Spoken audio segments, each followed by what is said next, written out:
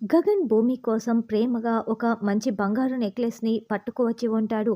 ఆ నెక్లెస్‌ని చూసుకుంటూ భూమికి ఈ నెక్లెస్ ఇవ్వాలి, నా ప్రేమని అర్థం చేసుకోవాలి అని అనుకుంటూ భూమిని తులసి కోట దగ్గరికి పిలిచి, "భూమి, నేను నీకోసం ఒక బంగారు నెక్లెస్ తీసుకువచ్చాను. ఇది నీకోసమే భూమి, చూడు" అని ఆ బాక్స్‌ని భూమి చేతిలో పెడతాడు.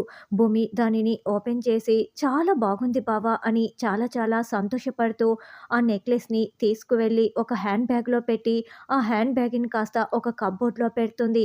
అయితే అప్పటికే వాళ్ళ ఇంటికి వచ్చిన అపూర్వ, గోరింటాకు ఇదంతా కూడా దూరం నుంచి గమనిస్తూ ఉంటారు.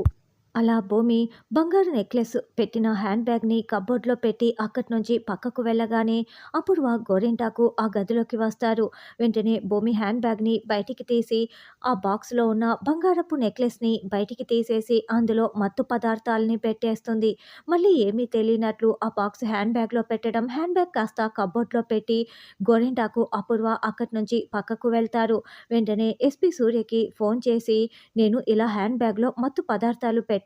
అది కూడా గోల్డ్ నెక్లెస్ బాక్స్‌లో" అని చెప్పటంతో, "నేను చూసుకుంటాను మిగిలిందంతా" అని సూర్య చెప్పి ఫోన్ పెట్టేస్తాడు. తర్వాత భూమి శరత్చంద్రతో చాలా ప్రేమగా కూర్చొని మాట్లాడుతూ ఉంటే, పక్కనే కూర్చొని ఉన్న అపూర్వ, "ఒసేయ్ భూమి, ఈ రోజుతో నువ్వు ఆ గగన్ గాడు అయిపోయారే!